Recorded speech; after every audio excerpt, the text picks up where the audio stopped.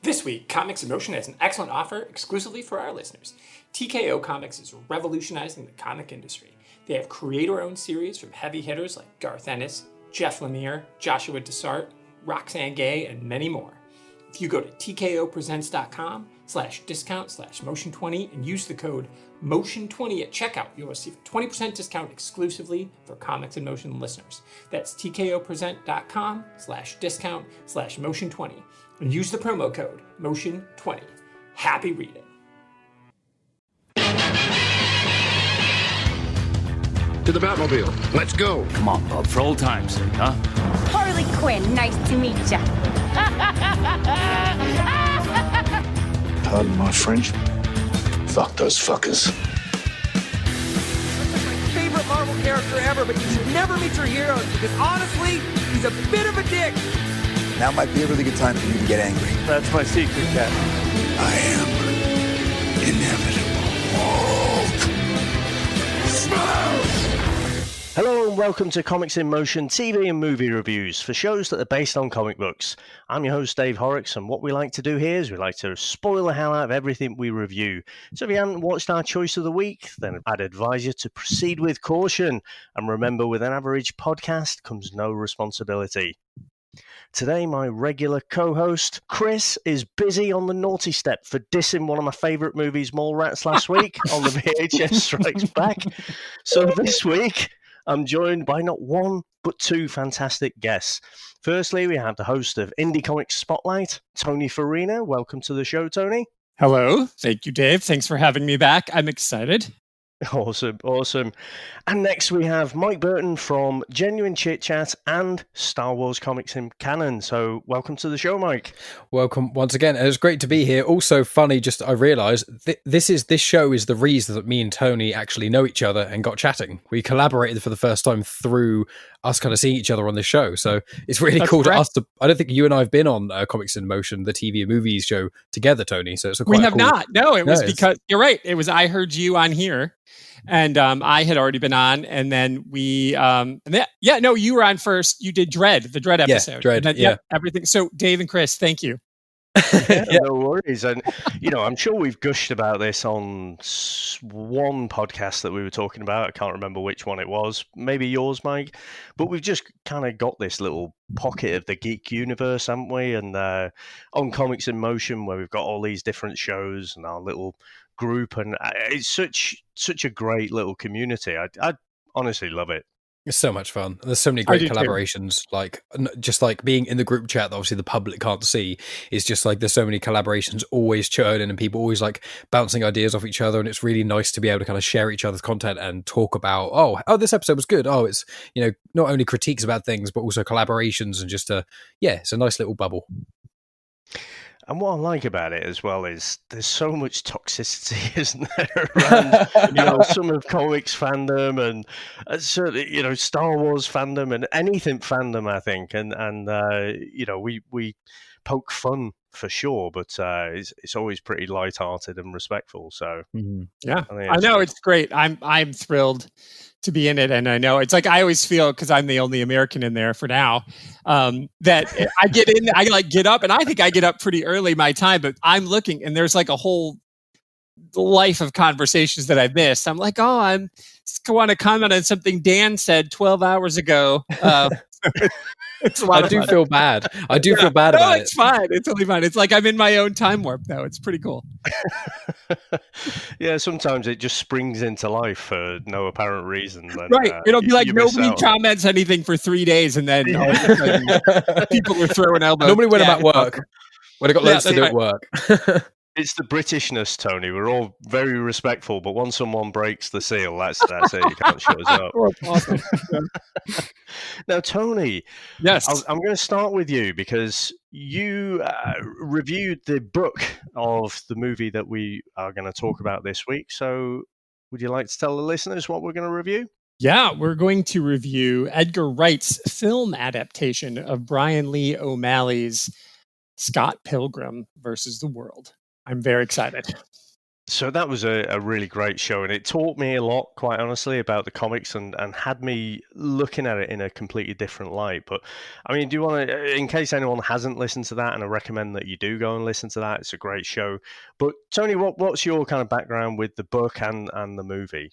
Yeah, well, I didn't read it when it came out. Like, I didn't read it until it was all done. There's 6 volumes of it, so I actually didn't read it until the movie comes out before the books were done. But I actually finished the books before I watched the movie, so I didn't even see the movie in real time. I'm a big Edgar Wright fan, but in 2010, I just, my kids were, all in elementary school, middle school. It's just like such a busy time in life, and so there's this stretch. And Dave, and Mike, you'll eventually find out, where you just like lose 15 years of culture in your life because you have kids, and like a lot about what's on Nickelodeon or whatever kids thing is happening, and but you have no idea what is for adults. So I didn't come to it right away, but when I finally got around to it, and being a big Edgar Wright fan, I was excited to see the film. So I'm older than them, when I read it too, and I think that actually helped me appreciate the characters a little bit more, being older than they were. But where Mike, you're a little bit, you probably read it and saw this movie. Well, you haven't read it, but you probably saw this movie right in the right age of everybody in the movie. So I'd be interested to hear how you think about it. With me, I watched it at the cinema when it came out, and it came out 10 years ago. So I'm 26 now, so I was 16 when I watched it, and I would probably have liked to have thought of myself as quite a mature 16-year-old. So I would probably associate myself a lot more with the ages of the people. I mean, I know Knives is young, but like I would have felt quite comfortable in ease with the people of that age group, because I've got like older brothers and cousins and things I used to hang out with too. So it did really, it clicked for me a lot. And I saw it, I remember seeing it at the cinema, and I was absolutely in love with it. It was just after I completely got really into Shaun of the Dead and Hot Fuzz, and so I was like, Edgar Wright, and Spaced as well, and I was like, Edgar Wright everything. And then Scott Pilgrim came out, I was like, this film is made for me, and because it's like I was really into Superbad as well, and I'm pretty certain that came out before this, so I was like, so to Michael Cera and Superbad. I mean, the guys used to watch Superbad all the time, because I used to have a big Jew throw like that, so I'd get compared to the main character in Superbad as well. And then Michael Cera is obviously the smaller, skinnier one, and then Scott Pilgrim came out, and I saw it at the cinema, and I loved it, and I watched it again in the cinema, and then I remember getting it on DVD, special edition, 2-disc, whatever, and watching it that day. And then a mate of mine wanted to watch it, so I watched it the following day, and then someone else I know wanted to watch it, so I watched it the following week. So I watched it like 5 times in the space of 8 months of it coming out, and then I didn't watch it for a little while. So it was brilliant, and I loved it. Honestly, Mike, I was dying to come on here and find out what your backstory to it was, because I know you're a big fan of the movie. But in the back of my mind, I was questioning, well, if you haven't read the comics, is anyone going to like this movie? Really? And I guess you've just answered my question, because I mean, it was a massive box office flop, wasn't it? It didn't do very well at all. It cost about $85 million to make, and made less than 50 at the box office. So, it absolutely did bomb more than a movie does in the pandemic. So, I find it really interesting that that I think what you just said is spot on, though, Mike, is that you were like a mature 16-year-old. You and when you watch this, and I'm sure we'll talk about this, and in the book in particular, but really, it's really clear in the movie, they are really immature 20-something. You know what I mean? So I feel like for you to say like you get them, I think that's spot on. I think that's part of what O'Malley and Wright are trying to tell us about, like kind of Arrested Development of adulthood a little bit. Yeah. Which is Michael Cera was on Arrested Development, so it all it works out. Yeah. But I think that's fascinating, and I think it's become kind of a cult classic now. I'm sure it's made its money back in DVD sales and everything. But you were right, David totally did bomb, and it was one of those things that I don't even remember it playing. So it wasn't even on my radar when it was in the theater. It really wasn't until maybe 2014, 2015 when I read all the 6 books, and then I watched the movie afterwards. So I'm one of the reasons it didn't do well. Geared at comic geeks, and I didn't even know about it. Well, the thing is, as well, is I'll just say I did listen to your Indie Comic Spotlight, Tony. You and Jake, I think it was. That was brilliant. And I actually watched Scott Pilgrim on Monday. So this is a Wednesday. It was on Monday. I watched it 2 days ago, and I was listening to your podcast Sunday to Tuesday when I was doing dishes. Funny enough, so. It was very interesting. I kind of went down a little rabbit hole on fandom. One of the, when all the custom Wikipedia pages and things like Wikipedia is one of them and all that stuff. It all connects to one thing called fandom, and there's an app for it. And so I searched all nerdy stuff in there. I went on Scott Pilgrim, and I think I sent you guys the link where it's just all the differences between the comics and the movie, because you, Tony, were speaking about it, a lot of the differences, and it was quite interesting to hear about it all. So I want to throw that out there and say, that was cool, and I do recommend people go listen to that with or without this conversation as well, because it does add a lot of stuff. The chemistry you got with Jake was really cool too. But back to Scott Pilgrim. The thing is, as well, as I have an older brother who's been on the show before, my brother Rob, and he's 17 years older than me. And whenever we all talk about movies and things like that, I'm quite a bit younger than most of you guys in Comics in Motion, like the whole group of us. But I've seen quite a decent amount of movies that people my age may not have either seen or don't appreciate as much. Not that no one my age likes cool films, that makes it sound like such a dick, but you know what I mean? Like, there's some random, like when I was like 13, 14, my brother was showing me Predator and Aliens and all those sorts of crazy films, and he showed me like all of Edgar Wright stuff, including Spaced. So me and him got excited for Scott Pilgrim coming out together. So I think he was the first person I saw it with, actually. So that I was very, very aware of it. But I don't know many other people who were. I just know almost everyone else I've seen who's seen it has watched on DVD or on Netflix or something. That's all right, Mike. You're like the Spider-Man of the Avengers. I did think that when I watched Avengers, and I was like, and he said aliens. I was like, oh yeah, and I was like, oh wait, don't put your eggs in me. So I guess this is going to be a really interesting discussion, because I got to tell you guys, and I think you might have nailed it. You've just made me see things in a different light, Tony. In 2011, it's 2010, sorry. So when this comes out, there's no way I can see it on the cinema. You know why? Because I've got 3 kids. Right? There are people, and my third child was born in 2010. There were people in Guantanamo Bay who had more sleep than me. Right. So there was no way I could make it to the cinema. Now, we did get to watch the occasional movie. We had a subscription to what became kind of Netflix. It was called Love Film at the time. And, so we'd get a DVD every week, but you probably watch one every month or something like that. I used to get that. But yeah, it was a big deal to give up like an hour and a half, and get an unbroken hour and a half to 2 hours to watch a movie. So if I watched something that didn't absolutely click with me in my sleep-deprived, angry, grumpy state, then I felt quite angry about it. I just wasted my time, and I could have been doing something better about it. Yeah. And I have to say, I loved Space. Shaun of the Dead has to probably be one of my top 10 movies of all time. Agreed. There's something with that just nails it for me. I'd say it's one of the best zombie films ever, if not the best, which is controversial, but it's so over here it's played all the time, isn't it, Mike? Well, probably I've not seen it recently, but it used to be on repeat pretty much on ITV2, and any time that I'd switch it over and I catch it like halfway through, it's like, right, I've caught it, now I have to watch the end now. Yeah, and you just always hope you didn't miss the Queen, the beating to Don't Stop Me Now. Yeah. That is like the first time I saw that happen, that's how I knew that Edgar, and I'd seen Spaced, but I didn't see Spaced until after. So Shaun of the Dead was my first Edgar Wright. So I saw Spaced because of Shaun of the Dead. So when Don't Stop Me Now happens, I was like, well, this is my guy. I'm in. Whatever he's doing.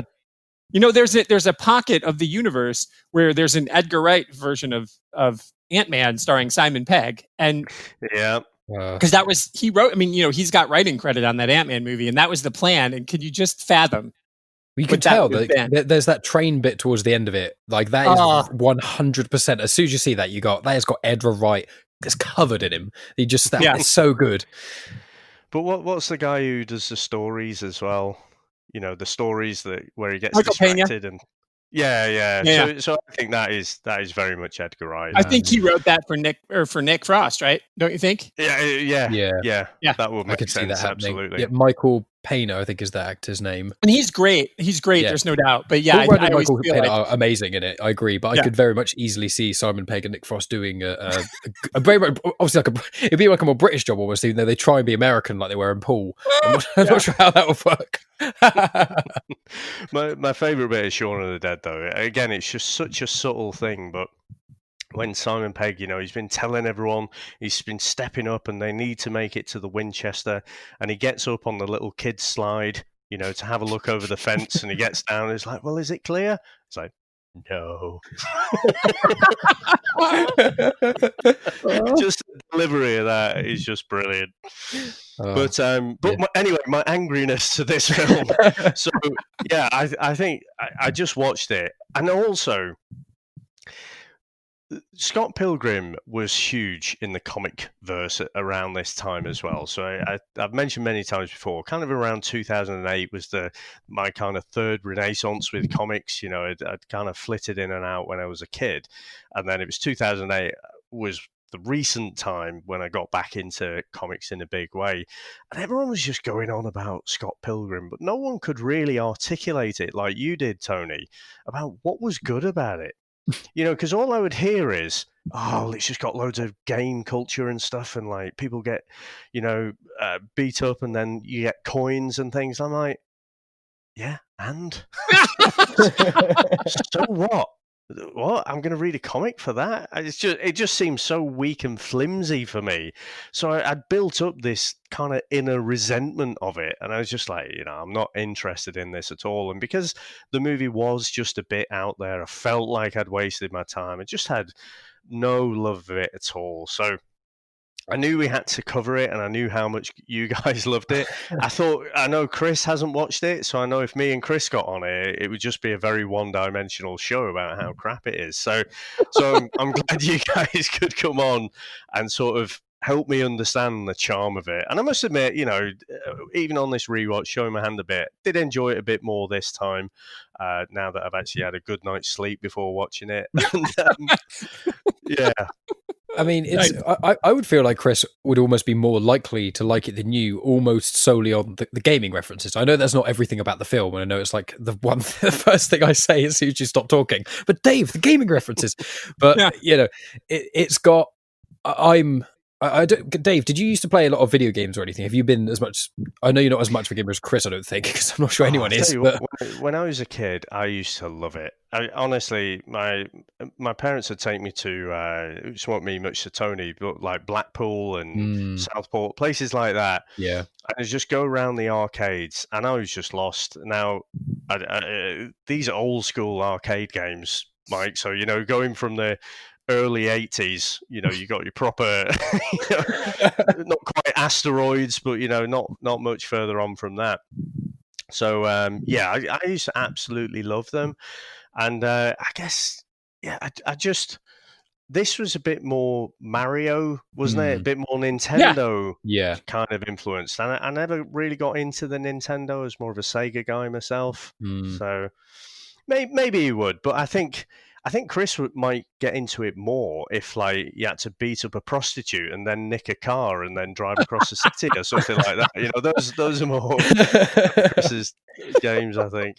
Yeah, I'd be interested to see. I'd be interested to you to get Chris just to. What'd be quite cool. Not trying to plan your show, but like if we did Baby Driver and then. And like all of us, included Chris, came on, but Chris had also watched Scott Pilgrim at some point, and just right at the end, we just hear Chris's thoughts on Scott Pilgrim. That was just it's an excuse. I just want to hear him talk about Scott Pilgrim, but not do another whole comic I show. do too. And when the first thing I did, I don't know if you know this, Mike, before I met them, I was a fan of their show, and I'm the reason they watched Speed Racer, which they both hate, and Chris hates with abandon. And then I wrote them a letter explaining why I loved Speed Racer and why that movie meant so much to me, and why the show, I loved it all. And then I even said, well, maybe one time down the line I'll have you watch another movie that you'll hate, and I even put in parentheses Scott Pilgrim versus the World. So for over a year and a half, even after just listening to them shit on Speed Racer, I'm like, well, they'll hate Scott Pilgrim. Like, Scott Pilgrim is going to make Chris lose his mind if he hated Speed Racer. I haven't seen Speed Racer. I know it's made by the Wachowski brothers or sisters. Now. Yeah, I forget. I haven't seen it. It was brothers at the time they made it, wasn't it? I think this was when they made the change. It was right after the third Matrix, so it was they just go by the Wachowskis in that one, and then they became the Wachowski sisters after. So I think one of them transitioned before the other. So I think that's when they were just the Wachowskis for Speed Racer. I could be wrong about the time of that, but yeah. Anyway, Speed Racer, Mike. That's another story we'll talk about off air. But I have a link I can share with you. Oh yeah, it's free on the Internet Archive. Yeah. Awesome. Now, guys, let's get into our trailer.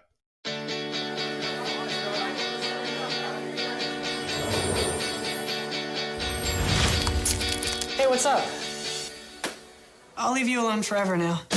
You know this one girl with hair like this? Yes, that's Ramona Flowers. She's out of your league. You know her? Tell me now. She just moved here, got a job at Amazon. I have to order something really cool. Scott, are you waiting for the package you just ordered? Maybe.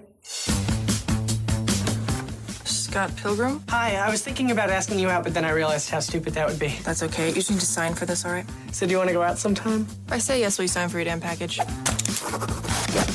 So yeah, 8 o'clock? Come to this Battle of the Bands thing. You have a band? Yeah, we're terrible. 1, 2, 3, 4!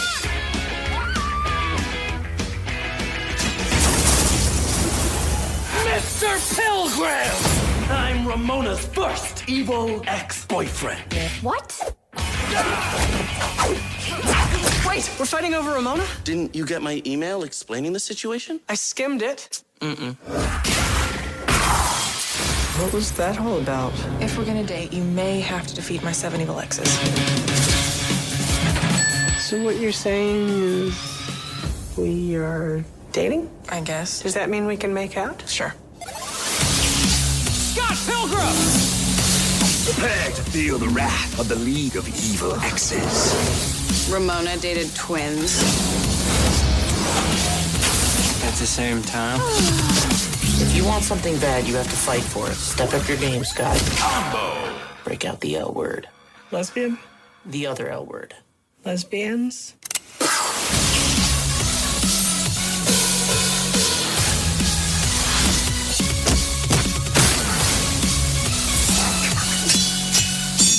What are you doing? Getting a life.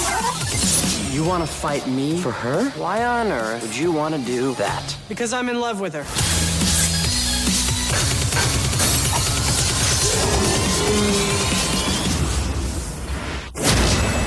Scott Pilgrim versus the world. Maybe next time we don't date the girl with 11 evil ex-boyfriends. 7. Oh, that's not that bad.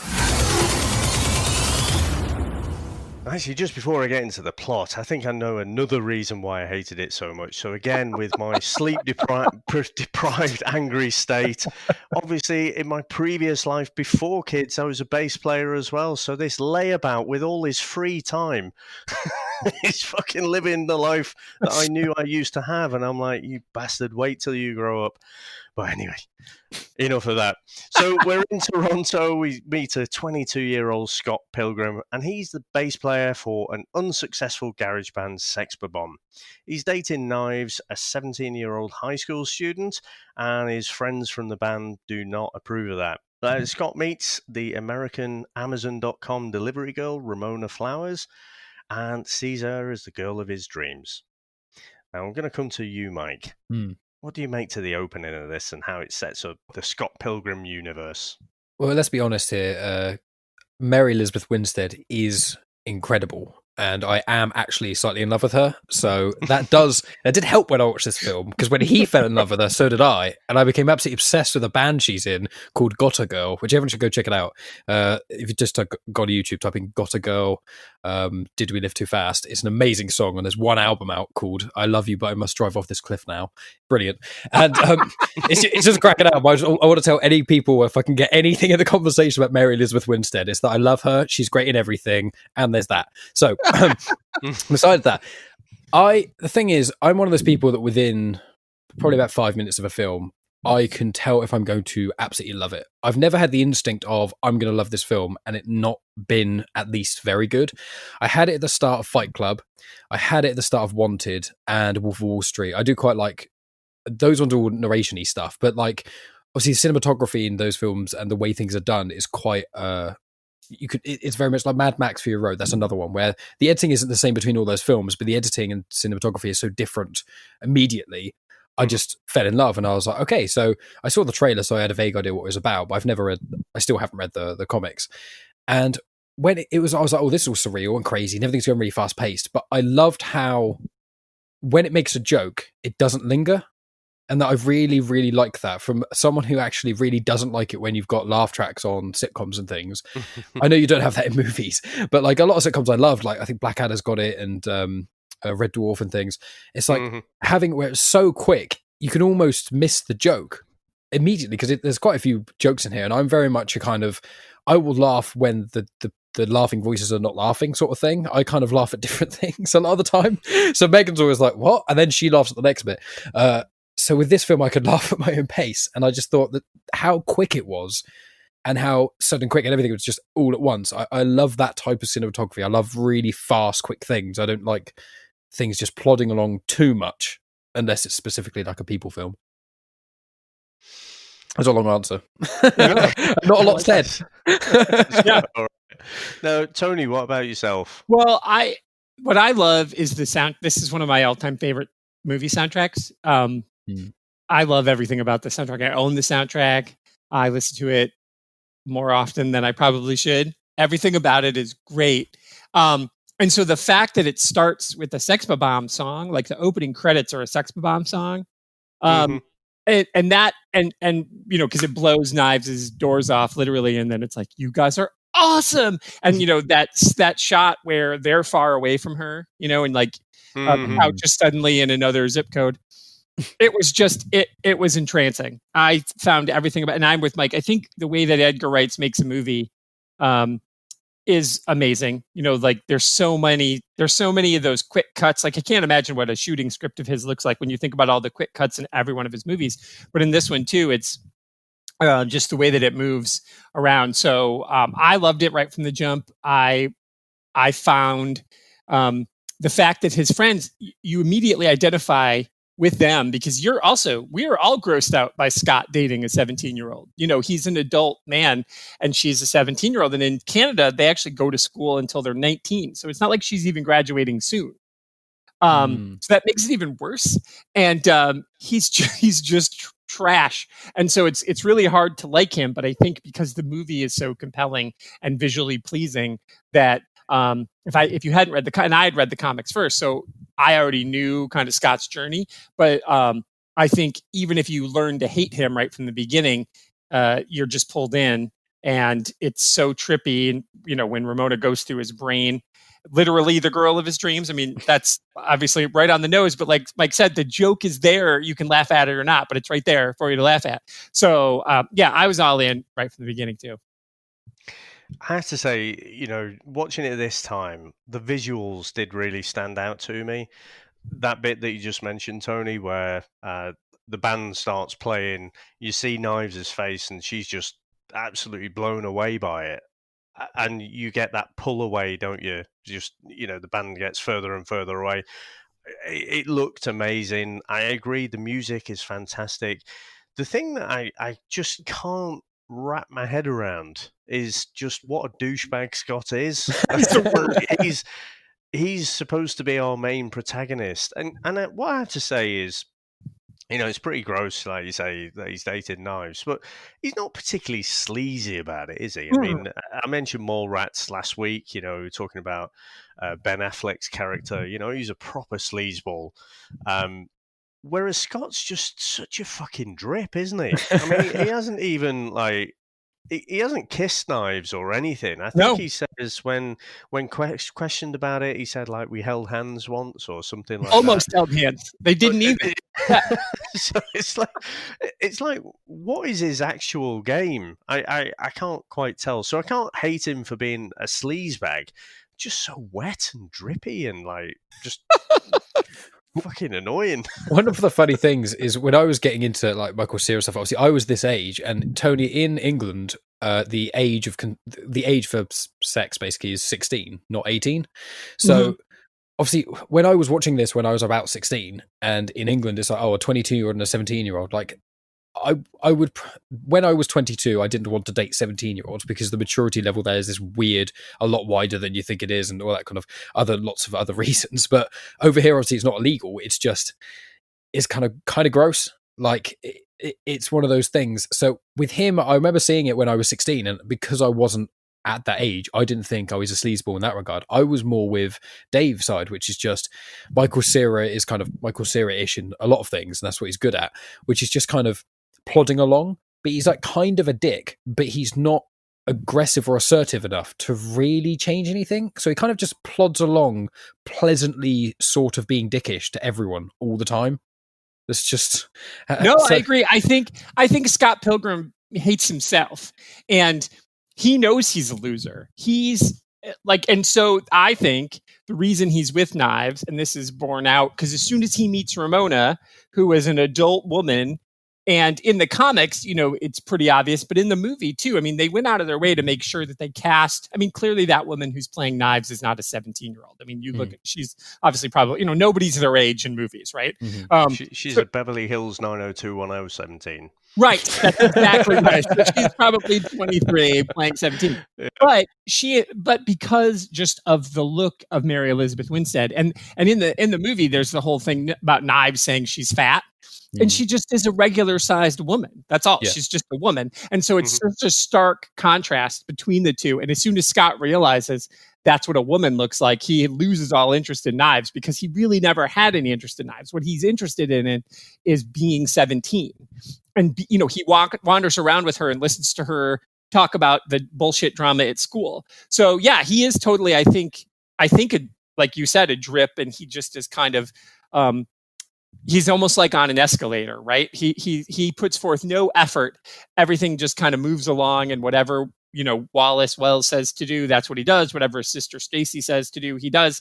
He has no interest in making a decision until he meets Ramona, until he sees a woman and realizes like, oh, I literally have to man up here. So I think that's why, you know, you hate him, because he doesn't want to do anything. And as all three of us are people who've like gone and done things for ourselves, you know, we've all like adulted. And so to see somebody desperately trying not to, he's just, you just want to punch him. I will say, and the line is, if your life was a face, I would punch it. Yeah, that is amazing. I will say right at the very end of the film where he pulls the sword out and it says he's won the power of self-respect. I think that so telling for how much he just does, as you say, Tony. Like, I will say again, Tony, your chat with you did with Jake, you did such a good breakdown of the characters in that, and you gave, like, I've seen Scott Pilgrim, you know, probably 8 to 10 times in my life, and there's some perspectives you gave I'd never even really thought of. So I with some of the character stuff, it's like a lot of things I'm thinking of now are just stuff that you said before about them. Oh, that's awesome. Thanks.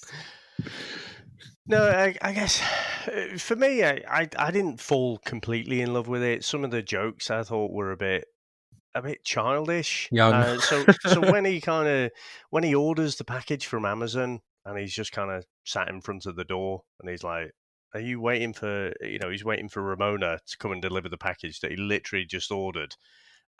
For me, that jokes like that just didn't really land. But I mean, what about his band? So, Tony, I think you referred to him as the talent. Stephen Stills. Yes, yeah. So he was an interesting character for me. I mean, is this how he is in the comics? Because he seemed very nervous and unsure of himself for me. He is very driven. He wants to be in a band, and he knows he is surrounded by, well, Scott Pilgrim is in his band, and that is a problem. He also knows that, like, young Neil lives with him. So he's a cook at a restaurant. That's what he does. Like, you don't ever know what, like, in the movie, they don't seem to have jobs except for Ramona and Stacy. So, you know, they just exist. And so, he's not nervous. I think it's like, he's like anxious about doing something. He wants to be something. And so, yes, his whole thing is like, oh my God, we're going to suck, because he puts his whole life in it. And I think anybody who's an artist or who creates something, you want other people to like it. And when you compare yourself to other people, then you get stressed out, especially when he sees like the other bands and he's like, holy shit, we're going to suck. We're going to suck. He just doesn't want to be embarrassed. That's all. And then he looks at who his band is. Kim Pine, who doesn't give a shit about anything, and Scott Pilgrim, who doesn't even know what room he's in half the time. So I think that's where Steven Still's stress comes. That's my theory on that. But when they play, I mean, again, with the visuals and everything, they kick ass, don't they? They're so good. Yeah. I love Sex Bomb.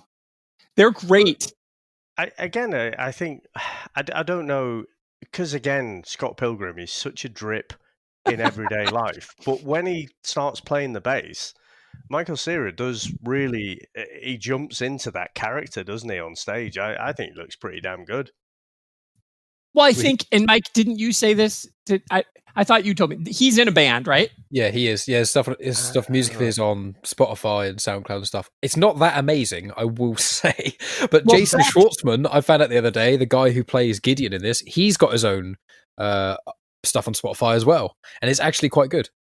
Nice. Well, Beck wrote all the music for Sex Bomb. So I think that helps, is that when you have somebody who's kind of like a musical genius like Beck giving you something to do.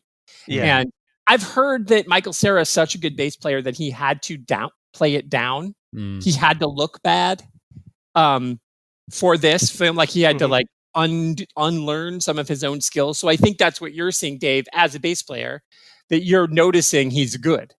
Yeah. It's probably like when we go on the VHS Strikes Back and we look at some old Kung Fu movies, and then we have someone who's really good at Kung Fu, and they're trying to play like they're crap. Yeah. You can just tell that they're not crap. They are good. They're just trying to play it within themselves. It's probably a little bit of that. But, I mean, it seems to meander along a bit for me until you get Patel. So Matthew Patel, he turns up and he's the first of Ramona's evil ex-boyfriends. Evil exes, sorry. Was that planned? Were you guys talking about that before I came on? And he didn't get. Oh, he got the email. He just couldn't be asked to read it, which again is a kind of indicator of him. Boring. He's like really epic music, and it's like zooming in and stuff about like it's gonna be fighting, and then boring. That's the beauty of it. There's so many fake outs. I love it. Yeah, so I did quite like that bit, to be honest. So, I mean, what do you reckon how this unfolded? And I guess, Tony, how does this play compared to the comics? Well, this is the plot, right? Is the manic pixie dream girl plot, and which is what she is, right? And it's a commentary on that, of course.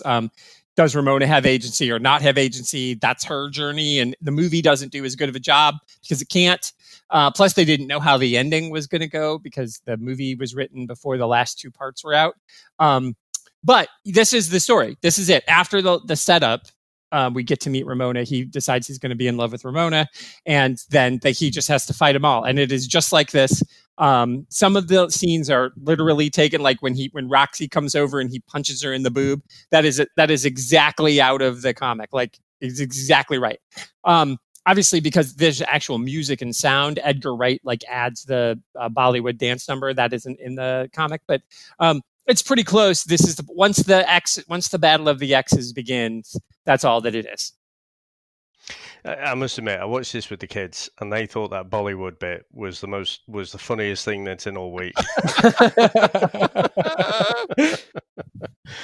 So again, it is really good, but it does take a sharp left turn, doesn't it? The movie, I feel at this point, it goes from these kind of weird. You've got these weird visuals or interesting visuals up until this point, but then when Patel first shows up, it's like, this is a slightly different movie, or at least it felt like that to me.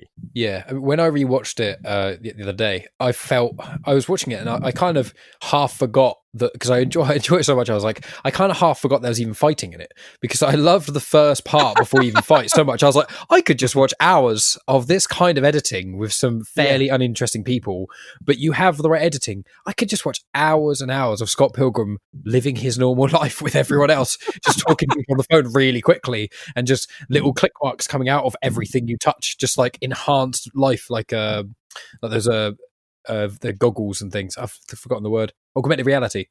It's almost like that. It's like if everything has that all the time, and then the fight comes in, and it is like, I would say it's like things turned up to 100, but the film's already going about 80 miles per hour, so it's like 80 to like 1,000, and it's just, you go, oh yeah, because like you say, Dave, it's like, oh, these visuals are quite cool, and the music's really, really good and quite punchy, and all this other stuff, and you're like, yeah, this is all good. This is kind of plodding along in its own way, and then the fight happens, and you're like, oh, this other stuff is for the fighting. It's like that's kind of in part like why it's in it. It works really well in that video game referencing stuff, but it's like the gear change is so smooth, I find, in every one of the fights. It just, with the Lucas Lee one, the douchebag with the skateboard, as well, it flicks backwards and forwards very quickly, and I find that this is the first time that it does a proper, okay, now it's suddenly action, and everything really feels that way.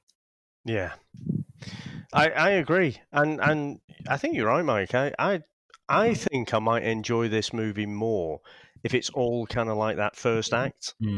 I could watch a Netflix series like that. Yeah, I still think Scott Pilgrim was an absolute douchebag, and wonder why the hell I'm wasting my time watching this. But it's the characters around Scott, and I think that was what I picked up from your podcast, Tony, was that it's more about them. Oh yeah.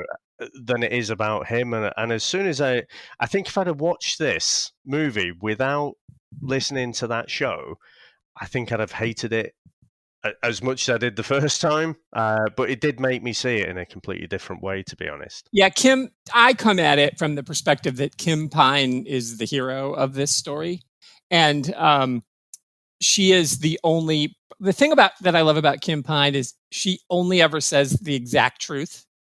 There's whatever's on her mind comes out of her mouth, but nobody's listening to her, which is absurd, right? And there's obviously another layer of, the girl drummer and they even, then the other band, Crash and the Boys, literally has a girl drummer, like a 10-year-old girl, which is lifted right from the comics.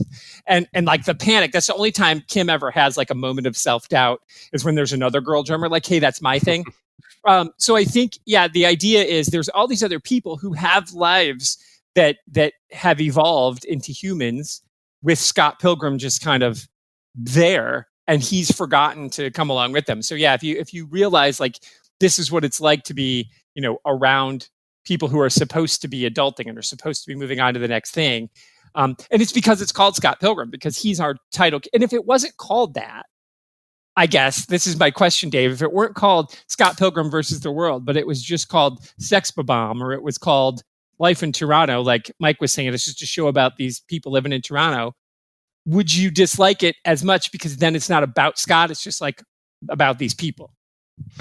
I think the camera spends quite a lot of time with Scott, though, doesn't it? Sure, that's true. I think, maybe if it was called Sex Bomb or something, growing up in Toronto, something else, and it spent a bit more time with the rest of the band. I think I could get behind that.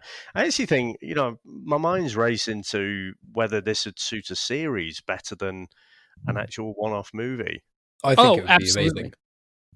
I think it'd be incredible. I mean, one of the things I was thinking of with the two parts to kind of what you guys were saying was, one part was, it's kind of like every new character you see, relatively, you get that little black box and it says their name and then a little fun fact or something about them.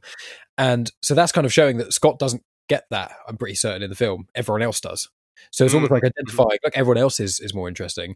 And the other thing would be like, what if the film was called, like Scott Pilgrim Sucks? Just if that was called, and then maybe people would enjoy it more, because it's like you're not rooting for him. It's just he does actually kind of suck, and everyone in the film is kind of saying, "You do kind of suck, Scott." Like you kind of like even the bit where it's showing Wallace's room, and it's like everything cool in it is owned by Wallace, and then that little bit where it's like Wallace's it's that Scott's coat, and then Wallace's coat, and then in brackets, but Wallace is better than Scott's. Yeah, just everything like that is just.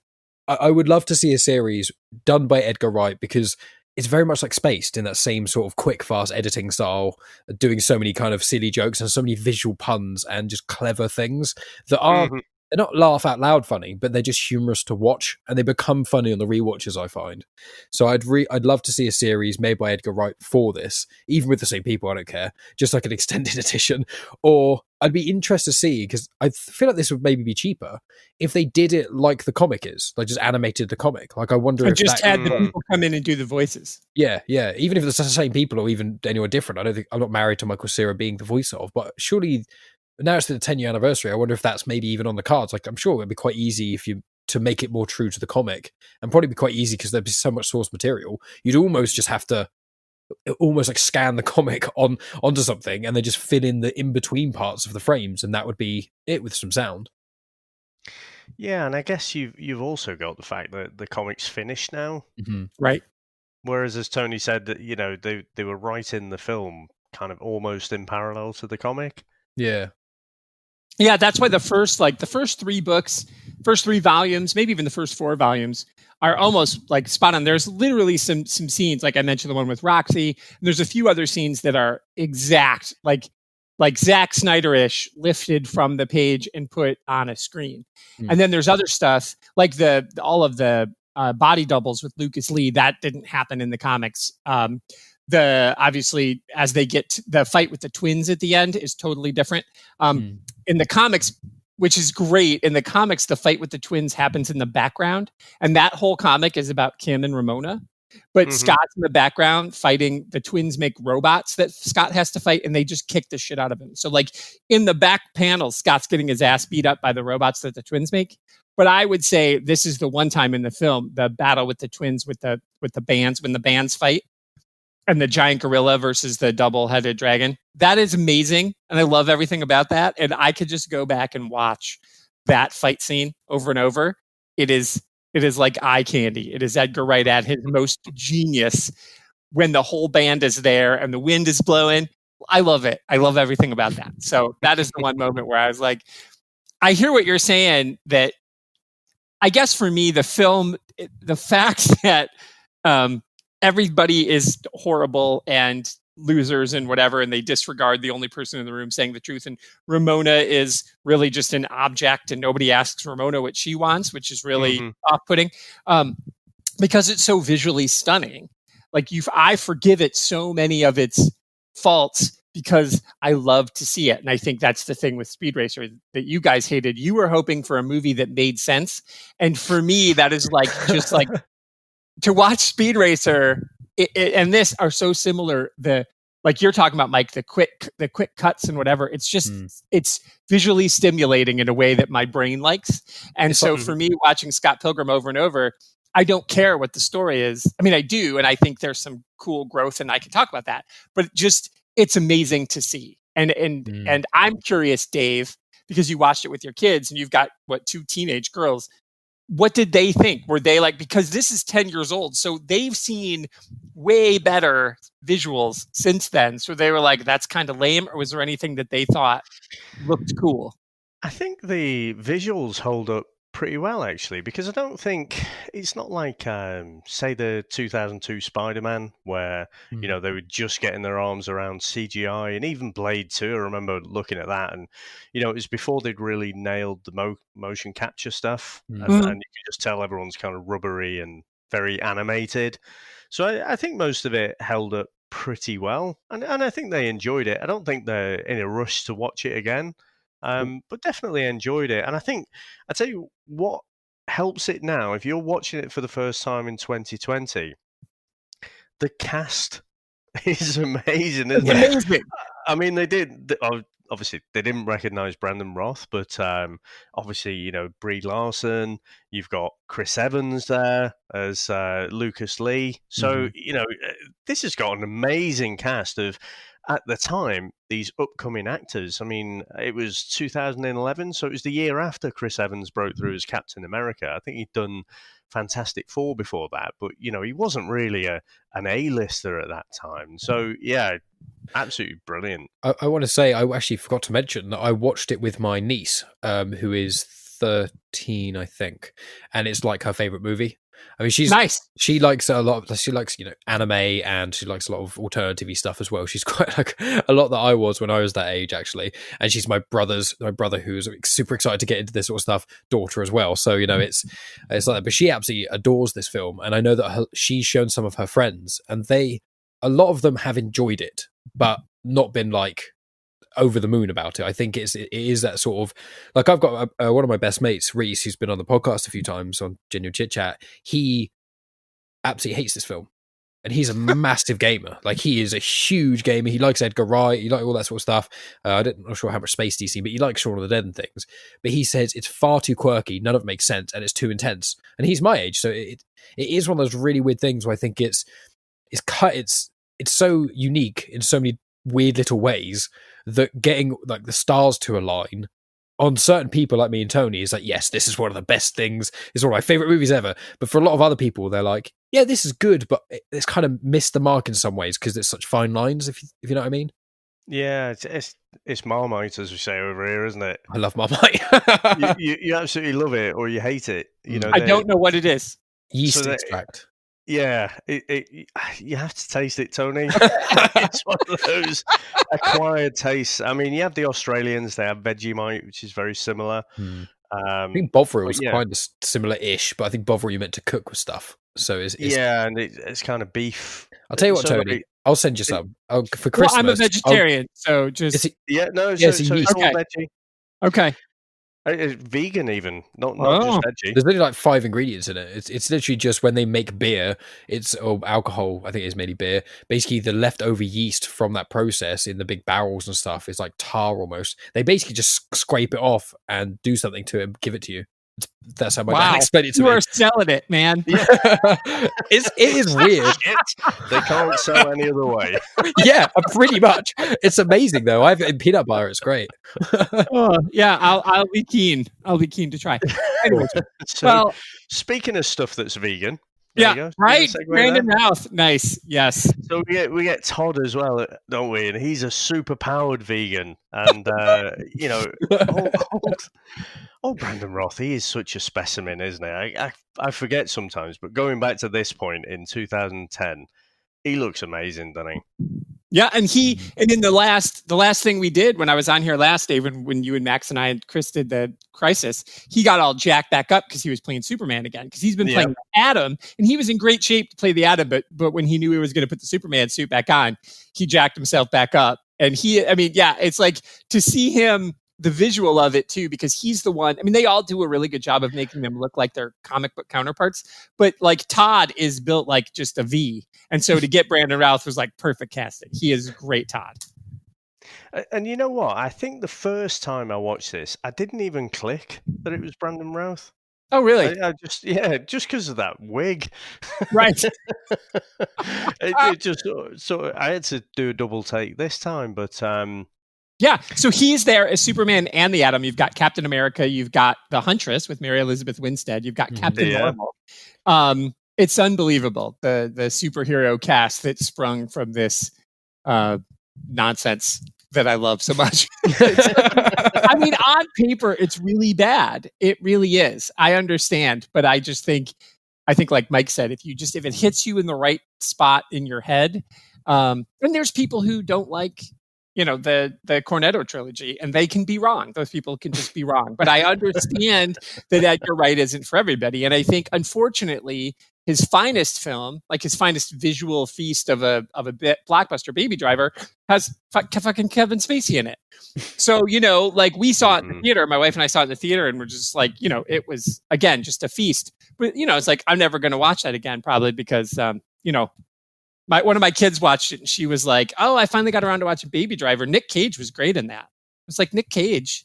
She was like, "Yeah, he played the main bad guy." I was like, "Oh, I see what you're doing." So she watched Baby Driver just every time Kevin Spacey was on screen, just said, "Man, Nick Cage is amazing." And that's how she got through it, I guess.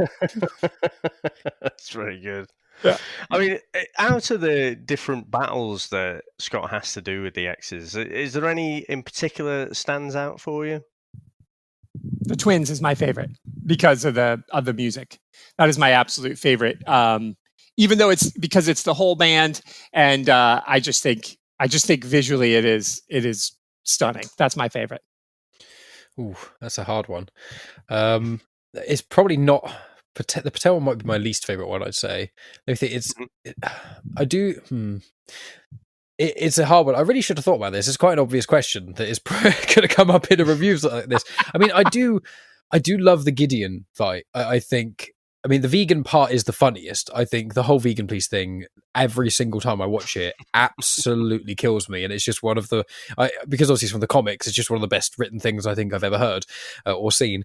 But I think the Gideon part is my favorite because I absolutely love it. It's one of the tropes I adore, is when someone does something, they fail, and then they do it again, almost exactly the same, but succeed.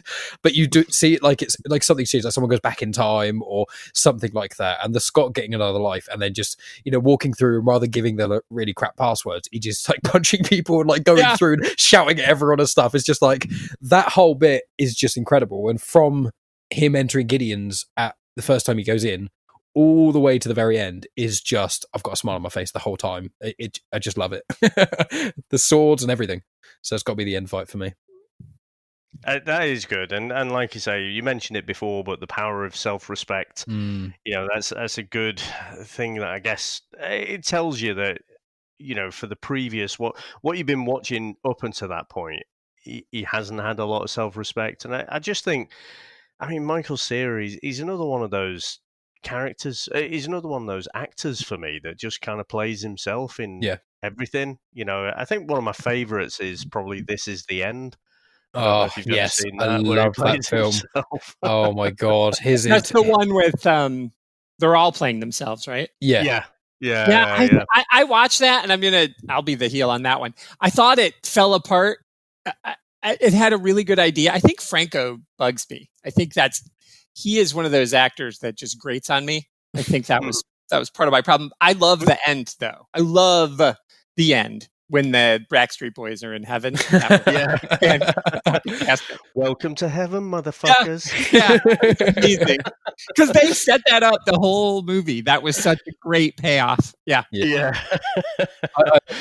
It's among my favorite Rogen sort of, those films I used to love as a teenager. Because when all these like Seth Rogen films come out, it was me in like collegey time, just getting to the age of drinking and other stuff, getting into Seth Rogen. It was like Superbad, 40 and Virgin, This Is the End. Like I got into all the ones that had previously been out, and then This Is the End came out at the perfect time as well. So I love all those films as well. I don't hate that many films, really, apart from Hulk that Tony defended them. I will fall on my sword for that forever. I'm offended by the fact you defended that. That absolutely split opinion. That one. I actually thought I was going to get. Yeah, I thought I was going to get the floor wiped with me. I really do think it's pretty good. I really do. It's not even. Yeah, I know. There's lots of people agreeing with you, but I'll just say, I think. Which actor did you say you really didn't like, Tony? Oh, Dave Franco. Or not right. Dave Franco. Not Dave Franco. James Franco? Yeah, Dave Franco's the younger one. He's fine. James Franco, he grates on me. Yeah, I can't. He's a sleaze in real life too, so it's hard for me to get away from that. But like you said, Michael Cera always playing Michael Cera. I always feel like Franco's always playing Franco, and I don't like that. Not a big fan. My favourite bit in that, I think, is where Emma Watson runs off with all the stuff, and they do the video diaries, and he's like, well, Hermione just stole all our shit. Yeah. It does have some incredible lines. It's one of those films I feel like where they basically just had about probably 20 minutes of absolute gold ideas, and like, we need to somehow figure a plot out around these one-off liners or things. It was a short, the Jay Baruchel, the guy who started. It was like, I think it was called Jay and Seth Survive the Apocalypse or something. It was literally just a short that they did. And so that's why they're the stars, because it was their idea. So you're absolutely right, Mike. That's what it was. They had 20 minutes for like, how do we make this into something longer? It's probably got one of the best montages as well. So you get all the montage music, and then they're all just crappily trying to fortify the house, and they're just rubbish. They can't do anything. Duct tape on like this giant cracked concrete wall. There's like one strip of duct tape across it. Giant ceramic penis up against the door and stuff. But anyway, Scott Pilgrim. So so we get to the end fight there. Scott gets his self-respect. I actually think Knives goes through the most kind of growth, though.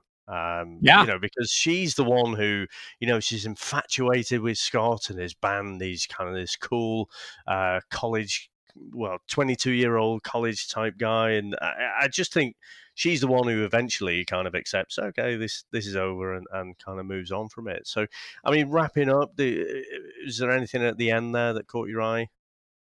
Well, in the original Edgar Wright script, he actually had, because they fight together and they do their remember at the beginning they're doing they end up together in Edgar Wright's vision. But then Brian was like, nope, we can't do that. So, because that's not how it's going to go. So, but there is apparently, and I've never seen it, but there is an alternate ending where I watched it at the end, where Ramona and Knives is like, Ramona's like, well, I guess you and Knives are going to be together, and Ramona goes off by herself. Yeah, I watched that. I've seen it before because when I got it on DVD and was obsessed, I watched all the extended scenes, everything. And it's funny. The ending itself is with Knives. The Knives part ending is almost like in real life. I would rather he gets with Knives almost. I know it sounds creepy to you, Tony, but almost like I feel like she understood him more and maybe it would be better for him. But in the film world, if that had ended like that, I'd be pissed off because like Megan, I showed Megan the alternate ending, and she was like, "If that was the true ending, I'd be annoyed because why the hell did I watch this whole goddamn movie then? If he's just gonna, he's like, what's the point in that? Like, so the alternate ending is worth a watch, I'd say, if you get it on DVD. Yeah, I'll give it a watch. Yeah, so I think the thing that I think about the final fight and the ending, like Nega Scott is a bigger part in the comic, obviously, and they just squeezed him in the movie. But the idea of Ramona being like victimed again, I didn't care for, like, especially, and I think this is the only time when it was like problematic is when she's like sitting at Gideon's knee, literally with the chip in her neck. So, and that was like a cheap way out of like, here's why Ramona's acting this way. When really, like, Ramona is tired of everybody falling in love with her because she's a manic pixie dream girl, and then they have to fight over her. And like when she and Roxy have those like the talk about like, listen, man, it just wasn't going to work out. You can love me and that's okay, but I don't have to like you back. And so I feel like that was, while I love the visual of the fight scene and everything Mike said is true, I always feel like Ramona gets the short end of the stick at the end, and that's the only problem I actually have. And I'm okay with the ending, and I agree with Megan that would have pissed me off. Like, wait a minute. No, and you're right. Knives is actually like a really good person, and she deserves better than. And Wallace says that from the beginning. Go away, you deserve better than him. So, like from the beginning, we know that they shouldn't end up together. So that I get what you're saying, Mike. Like Edgar probably liked Knives, and is like, Knives is a good person, and he wants Scott to be happy. But Scott, I don't think, and we talked about this on my show too. But I don't think Scott and Ramona stay together. This isn't a happy, I mean, it's a happy-ish ending, but like the 10-year reunion is, I think Jake said Scott's in jail is where he thinks he is, but I definitely think they break up within 6 months of this, and that's okay too. Anyway, so that's my ramble at the end. Sorry.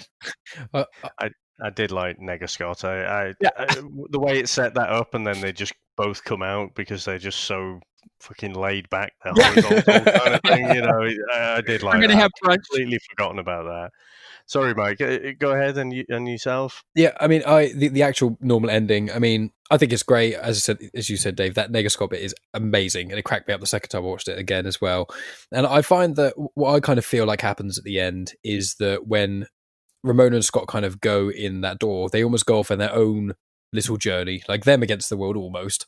But like, I feel like it could almost be a nice coming of age movie, just called Scott and Ramona or something, and it's them just finding themselves over like a year or two, and it's filmed in the same way as the Scott Pilgrim is, just there's no massive fight scene or anything, and it's just them discovering themselves and kind of getting to the end of it and realizing they don't actually need to be with each other, but they can stay friends. And I'd like Scott and Knives to stay good friends as well. I would just kind of want Scott to grow out of having to be with either of them, but being, having really, really close friends that he knows very well into his life. I think that would just be like a nice. That's my headcanon. That's. I love the ending, but that's how it continues. I love that. I like that. I think that's great. I think that's the ending, right? I think that's right.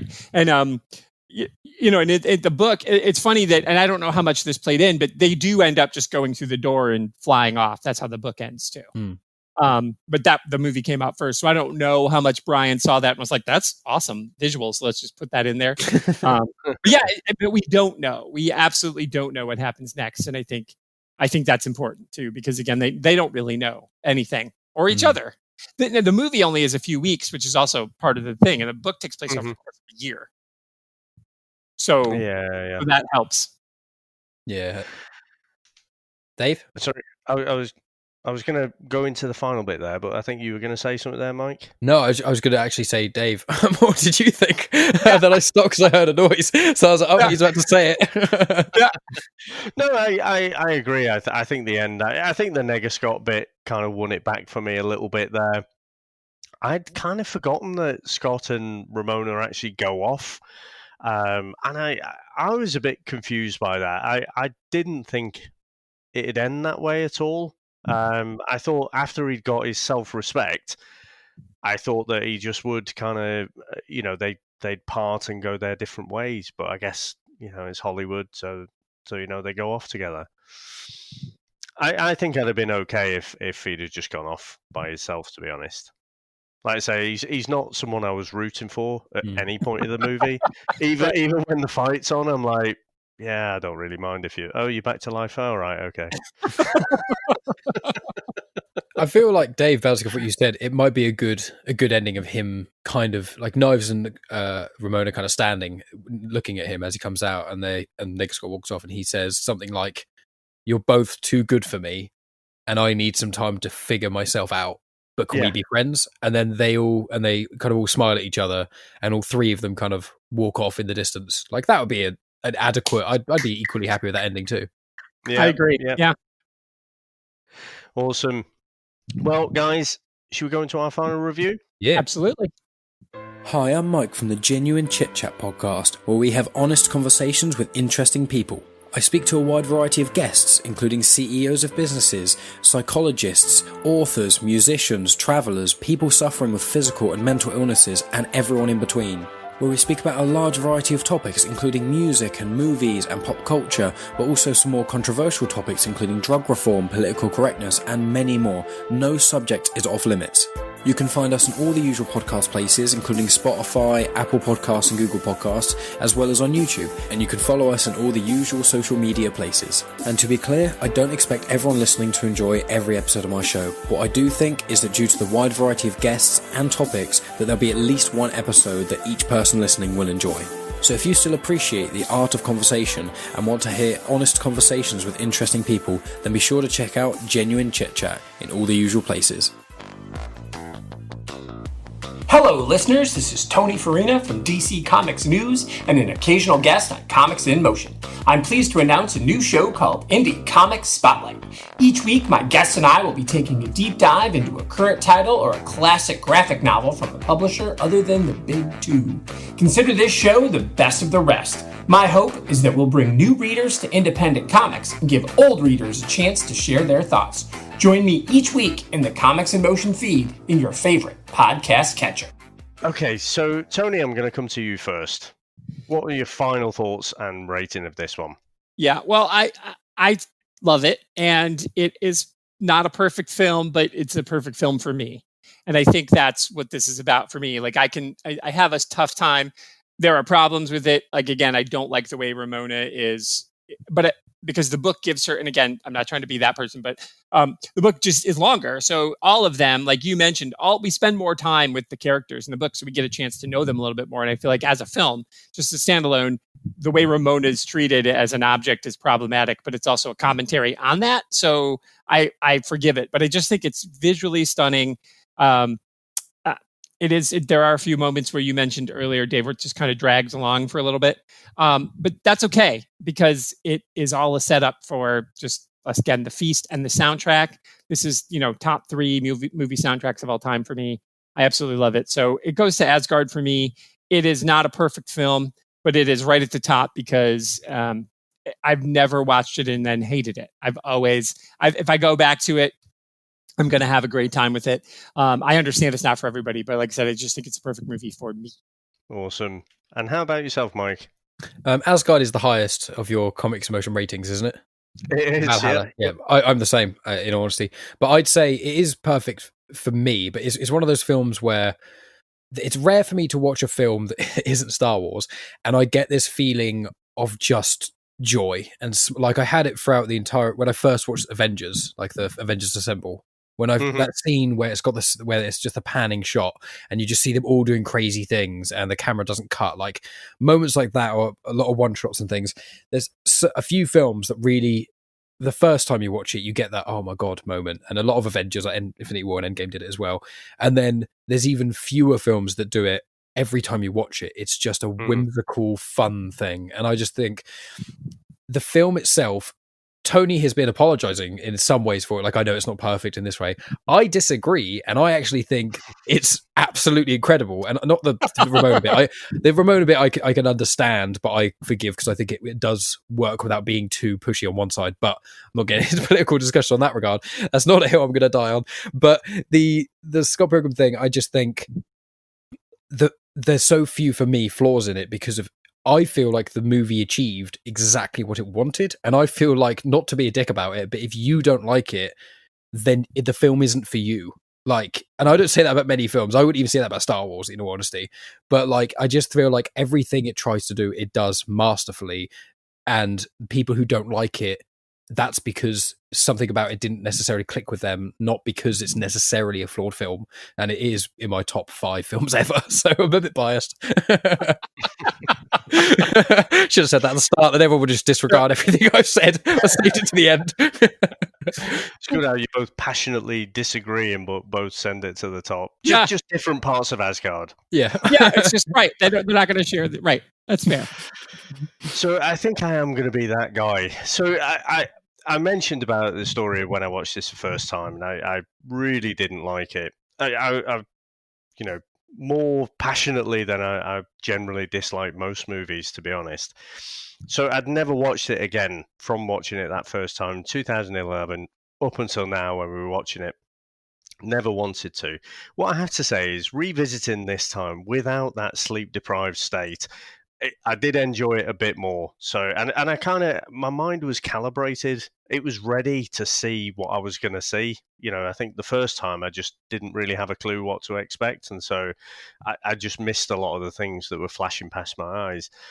The visuals are fantastic. I think I like the first act and the last scene almost a bit more. So if I could have, honestly, the fights with the evil X's, I think I could have just stripped away all of that from the movie, and I would have enjoyed it as that kind of coming of age, kind of light-hearted drama kind of thing, and exploring all the other characters a bit more, and you know, that interaction. I think I could have got behind that movie, but just it didn't click with me at all. Even though it looked great, and I mentioned before, you've got the cast. To die for. Imagine pulling together that same cast now. I mean, if it wasn't a big, high budget Marvel or Warner Brothers pick, you wouldn't get that same cast together now, would you? Unless it cost you a lot. So, with that said, the needle did move from I really don't like this movie to yeah, okay, I kind of like it. It's not my favorite Edgar Wright thing. I mentioned Shaun of the Dead. I think it would be hard pushed to get anything from that. But no, I'm going to put this in the middle of the road. I'm going to put this into a Hall of Justice. I know, like on IMDb, it's 7.5. I know it's got this huge cult following. I can't love it. I can appreciate it for what it is, but it just doesn't resonate with me. And I think a bias that I possibly carry is, as I said, if I could get behind this kind of coming of age movie with this ensemble cast, I can get behind a story like that. But I can't get behind a story which I don't like the lead character, the main protagonist. And so in the third act, well, all the way through in all the battles, I think I'm supposed to be rooting for him. But I don't actually mind if he just gets his arse kicked. I think that's possibly why I like This Is the End so much. But I will say, Dave, to be fair, when I watch Scott Pilgrim, I'm actually kind of rooting for Ramona, because in my mind, when I first watched it, I was like, if Scott beats all these guys, she won't be plagued by them anymore.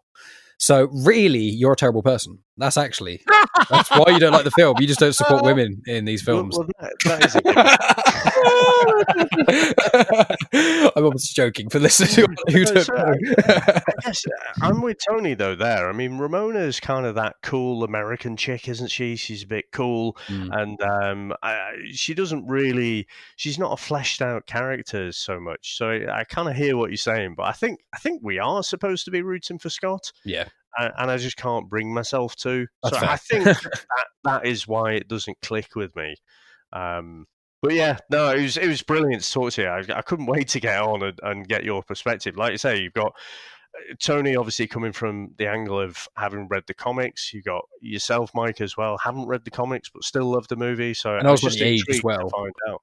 I was kind of that sort of age for it as well. Is that coming of age element of it really resonated with me, both in like video games and the music I was into, and the people I'd hang out with, and all the kind of the house parties. Just everything about it was basically my life when I loved that film, in a sense. Except I wasn't in a band, but I had several friends, and my brother was in a band. So like for me personally, although I did joke about it being perfect, it is for me. It's a film for my that sort of thing. And I think I can never get away from the fact that when I first watched it, I've got my kids, I've got my sleep-deprived state, and I'm mourning the loss of youth. Yeah, whereas I'm living it. I'm watching that go, that's me. You're living the dream. And I'm like crying in grief for the loss of mine. So, I'm probably plagued by that bias as well, to be honest. Fair play. Indeed. Now, Tony, where can everyone get you on the interwebs? Sure. You can, I have a show on this very network, Indie Comic Spotlight, about which we have talked. You can follow me on Twitter at Tricycle Boombox. And you can go to my website, which is just my initials, arfarina.com. And you can send me a message there if you are not on the Twitters, but want to tell me how much you love Scott Pilgrim. You can send me a message there. Awesome. And yourself, Mike? I'm sorry, I'm just bewildered. Tony, is your real name Anthony? Yeah. Oh my god, that explains why it's AR Farina. I could never figure it out. That makes so much sense. I just thought you gave us all a fake name or something. I don't know. Oh, yeah. Cool. Sorry. Anyway, sorry guys. Taken aback by that. Tony is. I don't think anyone's christened Tony, are they? I'm sure there is somebody. Maybe. Who knows? Maybe these days, but I always thought it was short for Anthony. It makes sense. I feel like I'm just a pleb. I'm not. Certain parts of me just don't work properly. I click sometimes to things. And people are like, well, yeah, duh. I was like, okay. Anyway, people can find me if they want to after this mess. People can find me. I'm also on this very fine feed of Comics in Motion. On Saturdays, my show Star Wars Comics in Canon is released. I talk about Star Wars comics and that sort of jazz and get to characters and whatnot. My other show is Genuine Chits Chat, which is quite similar to almost what we're doing now. I just have people on. I've had Tony on, I've had Dave on, and other people's of Comics in Motion, and more to come, chatting about all kinds of different things. I've had loads of different guests on, so if you fancy something that's just conversational podcast with different people on each episode, Genuine Chit Chat, and my social media is at Genuine Chits Chat. So thanks again for having me on, Dave. Appreciate it. No, it's been absolutely brilliant, guys. Like I say, a lot of fun, and I love the dynamic, because we're all coming at it from a slightly different angle. So, guys, thank you very much again. I'm going to play you out to a trailer of The Boys. The Boys is coming out. The finale will be coming out later this week, and so we'll be covering that one next week. So, I'll see you next time. Bye. Bye. Bertram? What happened? My wife. She's alive. Vault's holding a captive somewhere. And right now, we're in a little bit of trouble.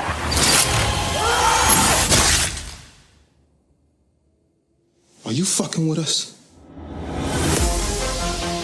Listen, this is a fucking mess. We're the most wanted lads in the country. We got soup terrorists. And we got no superheroes. Hi! I'm Stormfront. Who? I'm the new girl. Wonderful. Oh, God! So what's your big plan? We'll take them Vought. There we go. And I get my wife back. We're in. Of course we're in. We blow it up in that air. More super terrorists will come. For all we know, these maniacs could be waiting for their chance to kill us all. Who the fuck are you? I'm just trying to help. Really? How? We are in a war, but we can fight back with an army of supermen, millions strong. Now, don't be a pussy. Laser my fucking tits. 1, 2, 3, hit it! She's got a whole army of soups. We cost them too. We need more soup! Shit. All right, what do? We can't just kill everyone. That's exactly what we're gonna do.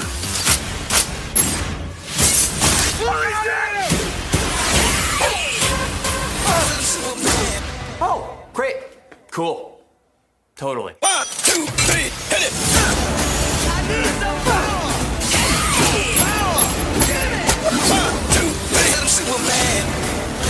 We just need to keep our shit together a little bit longer.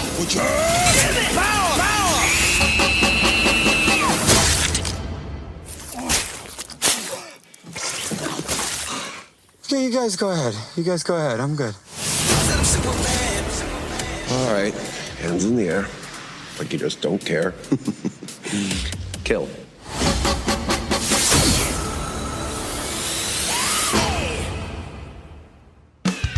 Excuse me, I'm Eric Ventura. Sounds like Xavier. Go fuck yourself.